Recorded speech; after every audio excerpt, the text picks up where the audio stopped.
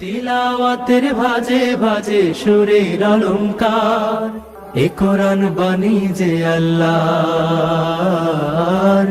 এ কোরআন বাণী যে আল্লাহর। আসসালামু আলাইকুম ওরহমতুল্লাহি ওবরাকাতুহু।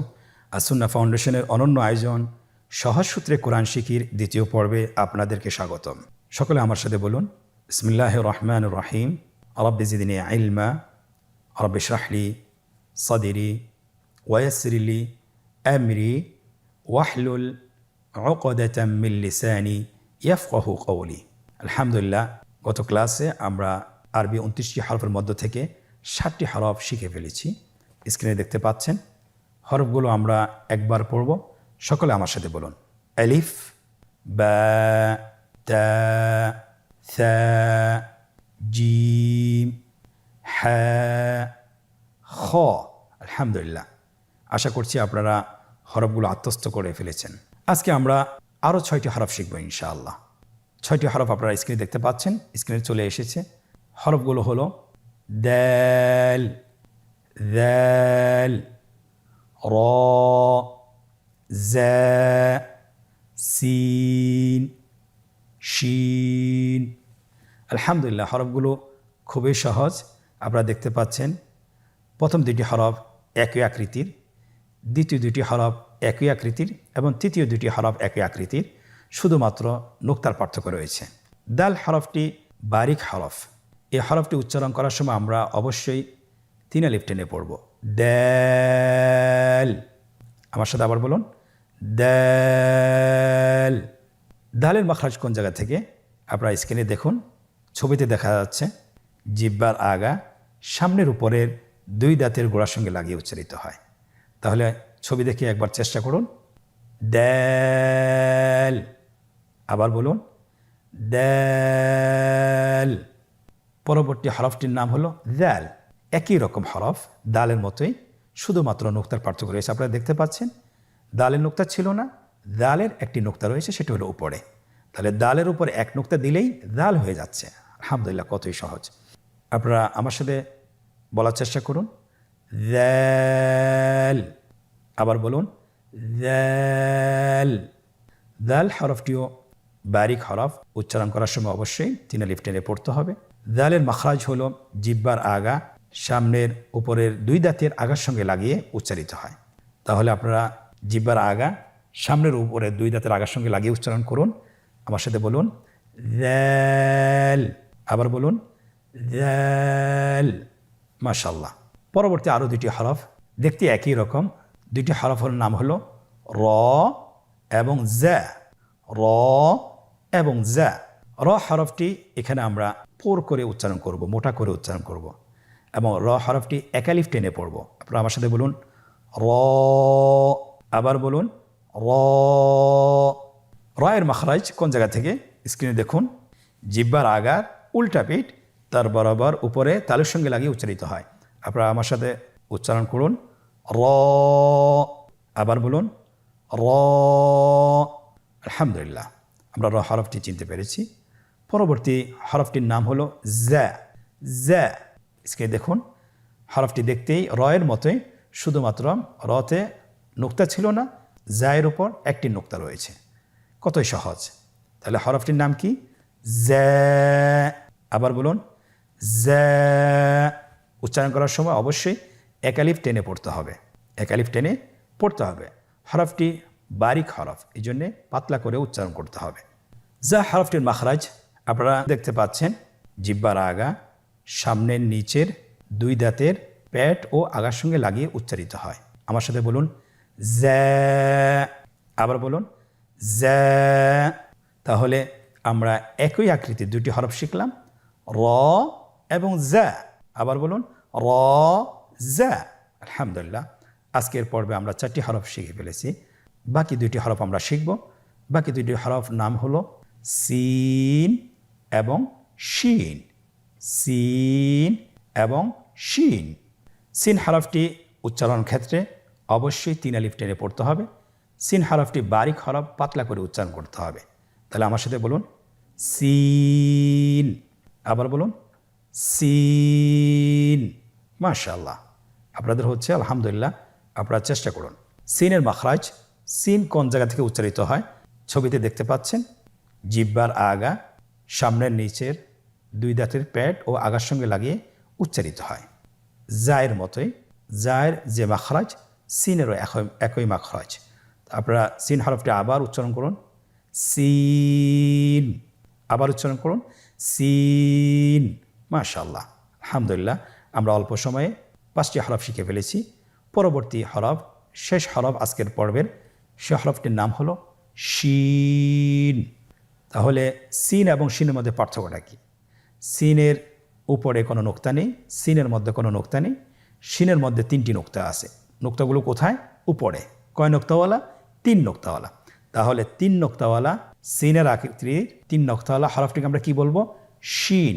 আপনারা আমার সাথে বলুন, শিন। আপনার ঠোঁটের অবস্থান কীরূপ হবে আপনারা লক্ষ্য করুন, শিন। আবার বলুন, শিন। আলহামদুলিল্লাহ, আজকের পর্বে আমরা খুব অল্প সময়ে 6টি হরফ চিনেছি এবং আমরা শিখে ফেলেছি। আমরা শুরু থেকে বলার চেষ্টা করি। দাল, দাল, র, জা, সিন, শিন। আলহামদুলিল্লাহ, আমরা আজকের পর্বে 6টি হরফ শিখেছি। আমরা এখন উল্টা দিক থেকে একবার বলার চেষ্টা করি। শিন, সিন, জা, র,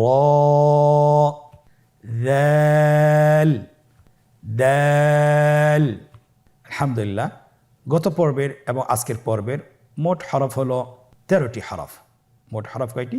13টি। আমরা 13টি হরফ ধারাবাহিকভাবে পড়ে যাই। আপনারা আমার সাথে বলুন। আলিফ, বা, তা, সা, জিম, হা, খ, দাল, দাল, র, জা, সিন, শিন। আলহামদুলিল্লাহ, আপনারা যদি চেষ্টা করেন ইনশাআল্লাহ পারবেন। আজকের পর্বে 6টি হরফ কীভাবে লিখতে হয় আমরা সেটা শিখব ইনশাআল্লাহ। আপনারা স্ক্রিনে লক্ষ্য করুন। দাল হরফটি কীভাবে লিখতে হয় স্ক্রিনে দেখুন। আমরা যেটা বলেছিলাম, দাল লিখতে পারলে আপনি দাল লিখতে পারবেন। স্ক্রিনে লেখা হচ্ছে উপর থেকে নিচের দিকে এবং এরপরে বাম দিকে গিয়ে শেষ হবে। একইভাবে দাল হরফটিও লিখতে হবে, শুধুমাত্র উপরে একটি নোকটা বসিয়ে দিতে হবে। আলহামদুলিল্লাহ, দাল এবং দাল লেখা হয়েছে। র, যা কীভাবে লিখতে হবে? র এর একটি মাথা লাগবে, এরপরে উপর থেকে নিচে, নিচ থেকে এবং বাম দিকে সোজা চলে যাবে। স্ক্রিনে আপনারা দেখতে পাচ্ছেন র লেখা হয়েছে। এরপর যা হরফটি র এর মতোই, শুধুমাত্র উপরে একটি নোকতা বসিয়ে দিতে হবে। পরবর্তী 2টি হরফ সিন এবং শিন আপনারা স্ক্রিনে দেখতে পাচ্ছেন। সিন হরফটি কীভাবে লিখতে হবে? 3টা দাঁতওয়ালা মাথা লাগবে, 3টি দাঁতওয়ালা মাথা লাগবে আপনারা দেখতে পাচ্ছেন, এবং নিচে একটু গোল আকৃতি দিয়ে শেষ করতে হবে। হ্যাঁ, সিন লেখা হয়েছে আলহামদুলিল্লাহ। পরবর্তী শেষ হরফটি সেটা হলো শিন। দেখতেই সিনের মতোই, শুধুমাত্র উপরে নোকতা বসিয়ে দিলে শিন হয়ে যাবে। আলহামদুলিল্লাহ, আপনি যদি সিন লিখতে পারেন শিনও লিখতে পারবেন, শুধুমাত্র নোকতা বসিয়ে দিলে শিন হয়ে যাবে। আলহামদুলিল্লাহ, তাহলে আজকে আমরা 6টি হরফ কিভাবে পড়তে হয়, কিভাবে বলতে হয়, কিভাবে লিখতে হয় আমরা শিখেছি। আল্লাহ সুবহানাহু ওয়া তাআলা আমাদেরকে এই শিক্ষাটাকে যেন আমরা ধারাবাহিক করতে পারি সে তৌফিক দান করুন। আল্লাহুম্মা আমিন। সম্মানিত ভাই ও বোনেরা, আজকের পর্বে আমরা কতটুকু শিখতে পেরেছি, কতটুকু আত্মস্থ করতে পেরেছি আমরা নিজেদেরকে অনুশীলনের মাধ্যমে যাচাই করতে পারি। আপনারা স্ক্রিনে দেখতে পাচ্ছেন একটি অনুশীলনের পেজ দেখা যাচ্ছে। আমরা আজকে এখানে 4টি পর্ব রয়েছে, 4টি পর্ব আমরা শেষ করার চেষ্টা করব ইনশাআল্লাহ। প্রথম অনুশীলন, নিম্নোক্ত হরফগুলো সঠিক জায়গায় লিখুন এবং পড়ুন। খুব সহজ। আমরা আজকে যে হরফগুলো শিখেছি সেই হরফগুলোর মধ্যে থেকে আমরা আমাদের নিজেদেরকে মূল্যায়ন করব ইনশাআল্লাহ। প্রথম রোতে আপনারা দেখতে পাচ্ছেন 6টি হরফ বিচ্ছিন্নভাবে দেওয়া আছে। দ্বিতীয় রোটি খালি রাখা হয়েছে এবং তৃতীয় রোতে হরফগুলোর নাম দেওয়া আছে। হরফের নাম অনুযায়ী আপনাকে হরফগুলো তার স্থানে বসাতে হবে। তাহলে আমরা স্ক্রিনে লক্ষ্য করুন, হরফগুলো প্রথম হরফটি হলো দাল, তার সঠিক নামের জায়গায় বসানো হয়েছে, যেটাকে আমরা বাংলা উচ্চারণ বলি আর কি। বাংলা উচ্চারণ বসানো আছে, সেই সঠিক নামের জায়গায় আপনি বসিয়ে দিন। পরবর্তী হরফ র, তার সঠিক নামের জায়গায় বসানো হয়েছে। এমনিভাবে প্রত্যেকটি হরফ তার সঠিক নামের জায়গায় বসানো হচ্ছে। আলহামদুলিল্লাহ, প্রথম অনুশীলনটি আমরা শেষ করলাম। দ্বিতীয় অনুশীলন, স্ক্রিন লক্ষ্য করুন, রেখা টেনে হরফের সাথে সঠিক নামের মিল করুন। আমরা দেখতে পাচ্ছি স্ক্রিনে এখানে 3টি কলাম রয়েছে।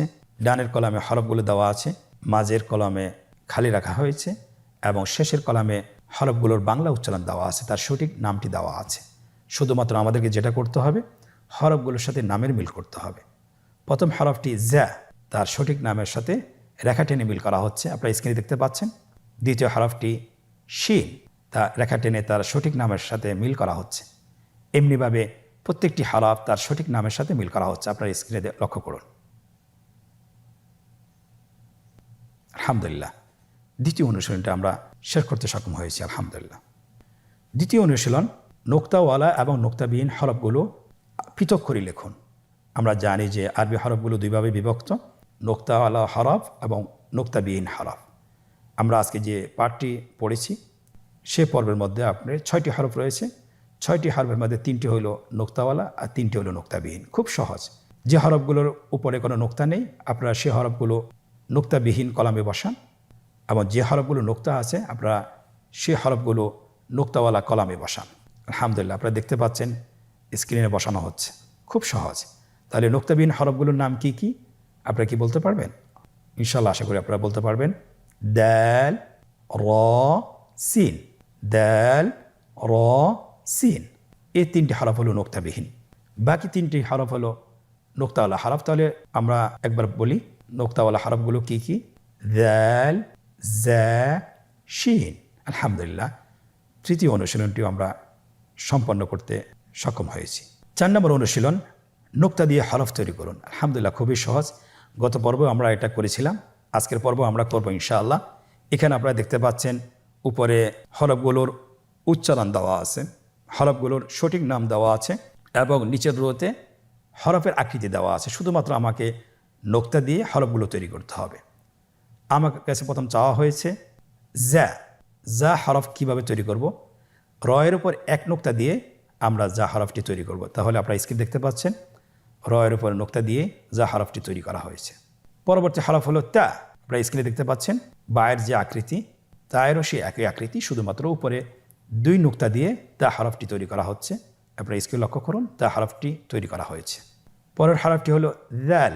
আমরা জানি দালের আকৃতি দালের মতোই, তা শুধুমাত্র দালের উপর 1 নোক্তা দিলে দাল হয়ে যায়।